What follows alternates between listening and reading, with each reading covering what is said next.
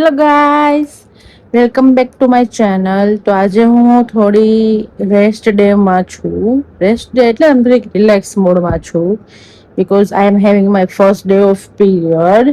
તો આજે હું થોડું એ બાબતે ડિસ્કશન કરવા માંગુ છું કે થોડી આપણે એઝ અ ગર્લ શું કેર કરી શકીએ, શું બોડીમાં ધ્યાન દઈ શકીએ. તો જ્યારે આપણી પીરિયડની સાયકલ, મેન્સ્ટ્રુઅલ સાયકલ જ્યારે સ્ટાર્ટ થવાની હોય એના 2-3 દિવસ પહેલા જ આપણને થોડા હિન્ટ્સ કે સાઇન્સ આવવા માંડે આપણા બોડીમાંથી કે ભાઈ આપણને પગ દુખે છે, કમર દુખે છે, અનઇઝી ફીલ થાય છે, મૂડ સ્વિંગ થાય છે, ગમતું નથી, ચીડચીડું થાય છે. તો પણ ત્યારે આપણને ખ્યાલ ના હોય કે આપણે એટલા માઇન્ડફુલ ના હોય કે હા આ એટલે થતું હશે કે બસ મારી પીરિયડ્સની ડેટ્સ નજીક આવે છે. પ્રી ડેઝ હોય ને ત્યારે થોડું લેગ પેન એ બધું થાય એટલે આપણને સાઈન મળી છે. પણ જ્યારે ફર્સ્ટ ડે હોય, જ્યારે હજી ફ્લો સ્ટાર્ટ ના થયો હોય ત્યારે જે એક્સ્ટ્રીમ પેઇન થાય, બેક પેઇન થાય, લેગ પેઇન થાય, લેગ ઘણા પગ સૂજી જાય ત્યારે એના થોડા ભારે ભારે લાગે. આજે આ વખતે મારે ફર્સ્ટ ટાઈમ એવું મને લાગે છે કે મારા પગ એકદમ હેવી થઈ ગયા છે, કે આમ એકદમ ઉલટી જેવું થવું, પગ હેવી થવા, એક્સ્ટ્રીમ લેવલમાં કમર દુખવી કે ઉલટી જેવું થવું, મીન્સ કે આમ અનઇઝી જ ફીલ થાય છે. તો ઘણી વાર આપણા બધાના અલગ અલગ બોડી ટાઈપ હોય છે, તો બધાને અલગ અલગ રીતે એનું બોડી રિએક્ટ કરતું હોય. ઓકે, તો કોઈને જજ ન કરવા ફોર એનીથિંગ. ઓકે, તો પેરેન્ટ્સ માટે કે મમ્મી માટે કે દીદી માટે કે કોઈ પણ ગર્લ્સ જે આનાથી ગો થ્રુ થતા હોય, પીરિયડ્સમાં હોય, ત્યારે જે એડવાઇસ આપવામાં આવે કે કાંઈ વાંધો નહીં, દુખે તો બધાને થાય જ, નોર્મલ છે, એમાં શું આટલું બધું રિએક્ટ કરવાનું હોય, નહીં. એ મેન્ટલી જે ડિસ્ટર્બન્સ વધારે, કારણ કે જ્યારે જે પેઇન થતું હોય, સપોઝ આપણે દાઝી ગયા હોય તો આપણે એમાં કંઈક ટ્રીટમેન્ટ આપી, શરદી થઈ હોય તો એની કંઈક ટ્રીટમેન્ટ હોય, ડિપ્રેશન હોય તો ટ્રીટમેન્ટ હોય. તો એ જ રીતે થોડું કેર કરી શકીએ આપણે.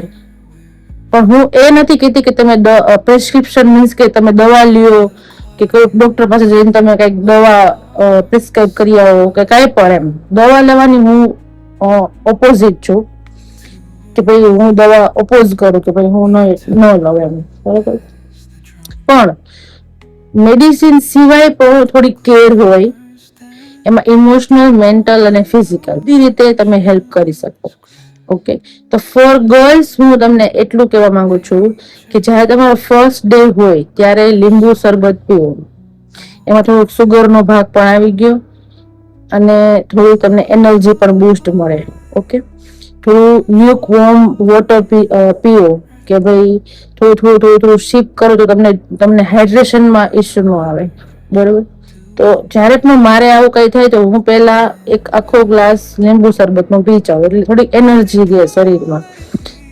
જ્યારે ફેમિલીમાં, મેં જોઈન્ટ ફેમિલીમાં રહ્યો કે ન્યુક્લિયર ફેમિલીમાં રહ્યો, પણ ઘરનું વાતાવરણ જ્યારે થોડું ડિસ્ટર્બન્સ વાળું હોય, કે બહુ કેઓસ થતો હોય, એકદમ હાઈપર એક્ટિવિટીઝ થતી હોય કે આ બનાવી નાખવું, ઓલું લઈ લો, આ કામ કરી લે, ઓલું કરી લે, ત્યારે આ ડેઝમાં એ બધું કામ ન આવે, કારણ કે બોડી જ રિલેક્સેશન માંગતી હોય.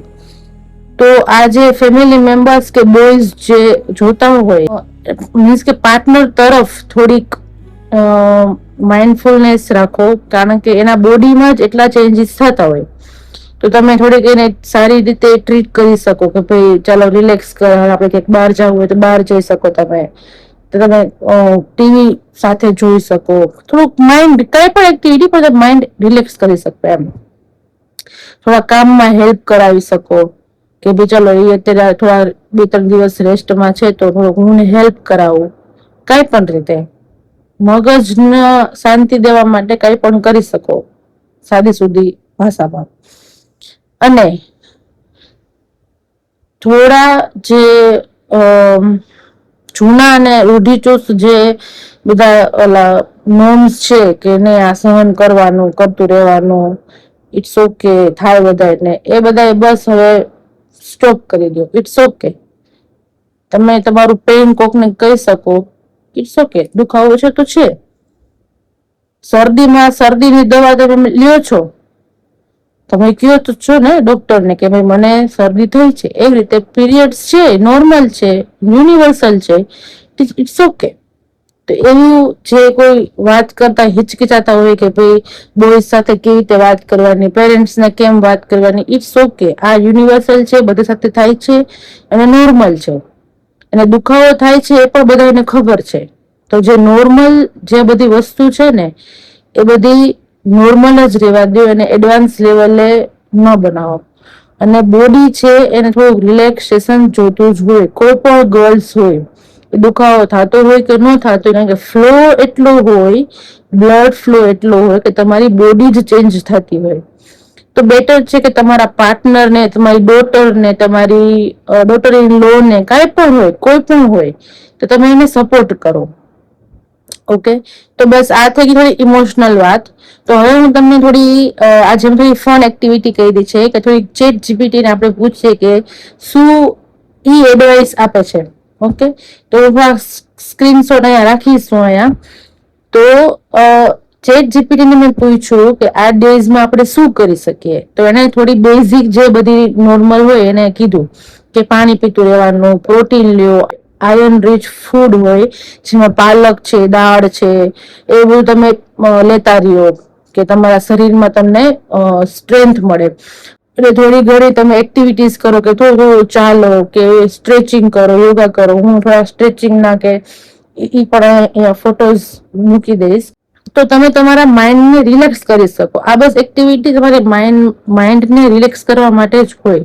કારણ કે જયારે ફ્લો થતો હોય એટલે આખી જે બોડી હોય બધું ચેન્જ થતું હોય. તો સમરાઈઝ હું પોઈન્ટ્સ કરી દઉં તમને કે શું આપણે વાત કરી.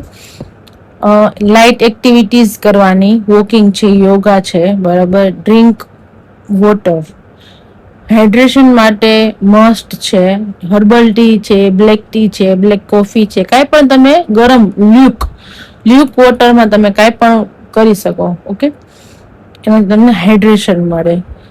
તમને રેસ્ટ જોઈએ છે, તમારી બોડી એકદમ પેઇન છે, રેસ્ટ જોઈએ છે, તો તમે રેસ્ટ કરો.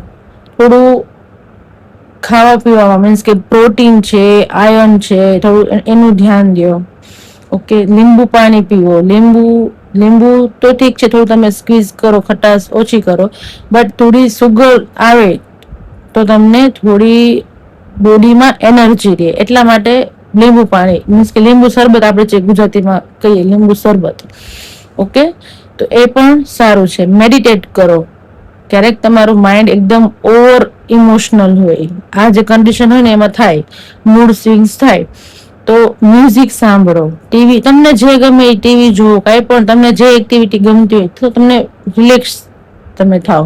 અને તમે હોટ વોટર બેગ અથવા હીટિંગ પેડ તમે શેક પણ કરી શકો. આ બેસ્ટ છે. કમર નો દુખાવો હોય કે પગ દુખાવો હોય, તમને જ્યાં ગમતું હોય તેને મજા આવે. આ હું બહુ કરું, મને બહુ જ ગમે. તો બસ આ થઈ ગઈ બધી કેરની વાત. હવે હું થોડું ઇમોશનલ માટે વાત કરીશ કે બોયઝને એટલી બધી ન ખબર હોય, કારણ કે જે એન્વાયરમેન્ટમાં આપણે છીએ અત્યારે, આપણને જે એડવાઇસ કરવામાં આવે છે કે ભાઈ આ ઇટ્સ ઓકે, આમાં કાંઈ ન હોય, જ્યારે આપણે તો ફીલ કરી શકીએ છીએ. તો બોયઝને તો એટલી ન ખબર હોય કે એનો શું પેઇન થાય, શું કેર કરવી જોઈએ. તો જ્યાં સુધી આપણે જ નહીં કહી કે આપણને શું થાય છે, કેટલું પેઇન છે, શું કરવું જોઈએ, ત્યાં સુધી એ લોકોને પણ ન ખબર પડે.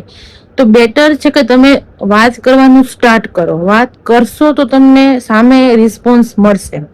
તો બોયઝ માટે પણ હું એ કહું છું કે તમે કાંઈ પણ નાનું મોટું તમને એને સરપ્રાઈઝ આપો કે ખુશ કરો. આઉટિંગ માટે લઈ જાઓ, ડેટ માટે લઈ જાઓ, જમવા લઈ જાઓ, થોડી રિલેક્સ એને મોમેન્ટ આપો કે મૂવી જોઈ લીધું કે તમે બહાર જઈ આવ્યા. કારણ કે આ જે સ્ટાર્ટિંગ તો 6 દિવસની સાયકલ હોય, પણ સ્ટાર્ટિંગના જે 2 દિવસ હોય ને એ બહુ અઘરા હોય, અતિ પેઇન થાય. કામમાં હેલ્પ કરાવી શકો નાનું મોટું, ભલે તમે કદાચ રેગ્યુલરમાં કરવું જ જોઈએ, બટ ઇટ્સ ઓકે, તમારા ઘરના નિયમ અલગ અલગ હોય, બટ થોડી ઘણી હેલ્પ કરી શકો તો એને પણ મજા આવે, એને પણ થોડી હેપીનેસ ફીલ થાય કે ના ચાલો બધા મારી કેર કરે છે, અને આ ટાઈમે એ જ જોતું હોય.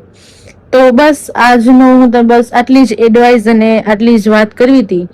ઓકે, તો રિસેન્ટલી હમણાં મારી બેનને પણ થોડા ઇશ્યુ આવ્યા હતા આ રિલેટેડ. તો લાસ્ટ મંથ આઈ ગેસ એ પીરિયડમાં થઈ હતી ત્યારે એને બ્લડ ફ્લો એટલો એક્સ્ટ્રીમ લેવલે હતો. ઓકે, તો ત્યારે એને બોડી વીકનેસ લાગતી હતી, એને ગમતું નહોતું, મૂડ સ્વિંગ્સ એક્સ્ટ્રીમ લેવલ થતા હતા, એટલે બોડીમાં વીકનેસ હોય એટલે ગમે જ નહીં. ઓકે, એટલે ત્યારે તેને થોડી એને ખબર નહોતી કે ભાઈ એક્ઝેક્ટ શું થાય છે, એમ કે આટલો બધો ફ્લો કેમ આવે છે. પછી એને થોડા ગાયનેકને પણ કન્સલ્ટ કર્યું, ભાઈ કેવી રીતે આ શું છે એમ. તો ત્યારે એને ડોક્ટરે કીધું કે એટલે નાની એવી સિસ્ટ છે કે એના લીધે આટલો ફ્લો આવે છે. તો ક્યારેક તમે તમારી આવી તમે કાંઈ પણ સાઇન તમે જુઓ કે બ્લડ ફ્લો વધારે છે અથવા એકદમ એક્સ્ટ્રીમ લેવલે સાવ આવતો જ નથી કે કાંઈ પણ એવું હોય, તો તમે કન્સલ્ટ કરી શકો. પણ દવા એમને ડોક્ટરને પૂછ્યા વગર ન લેવી. તો બસ થોડા ઘણા ધ્યાન રાખો, બધી કેર કરો. બાય.